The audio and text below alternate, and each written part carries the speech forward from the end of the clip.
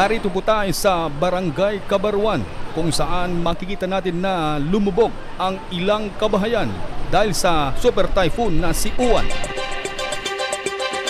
Lumubog ang ilang kabahayan at taniman sa lungsod ng Tabuk dahil sa pagtaas ng Chika River sa critical level pagkatapos ng hagupit ng super typhoon Uwan na nagdulot ng malakas na pag-ulan at paglaki ng tubig mula upstream ng Ilog Chico. Nananatiling nasa red water level ang tubig sa nasabing ilog mula alas 4 kaninang madaling araw hanggang sa pagkuha ng Tabuk Radio ng video sa Pasunglaw Bridge kaninang alas 7 ng umaga ngayong araw ng Nobyembre 10 na nagdudulot ng tuloy-tuloy na pagbaha sa mga barangay sa downstream nito. Sa monitoring ng Tabuk Radio, makikita ang paglawak ng tubig sa Nia Diversion Dam na umabot sa mga taniman malapit sa ilog.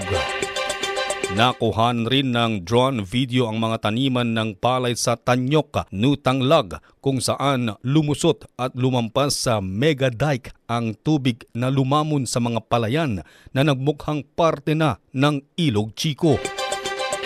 Sa kaunting pagbaba ng tubig bandang hapon ngayong araw, pahirapan pa rin ang mga residente ng Barangay Kabaruan upang iligtas ang kanilang mga alaga sa baha, habang ang iba ay unti-unting naglinis ng kanilang mga bahay.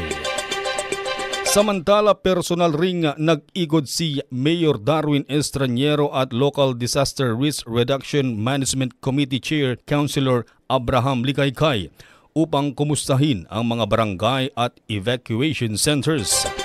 Kanya ring pinaalalahanan ng publiko na iwasan ang pagpunta sa tabing ilog upang mangisda at manatili muna sa mga ligtas na lugar hanggang humupa ang ilog.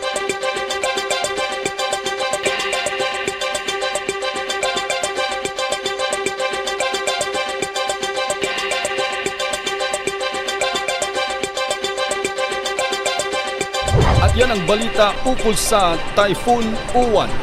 Ako po si Reddy Redota para sa Tabuk City Newsbreak ng City Public Information Office. Tabuk City Newsbreak.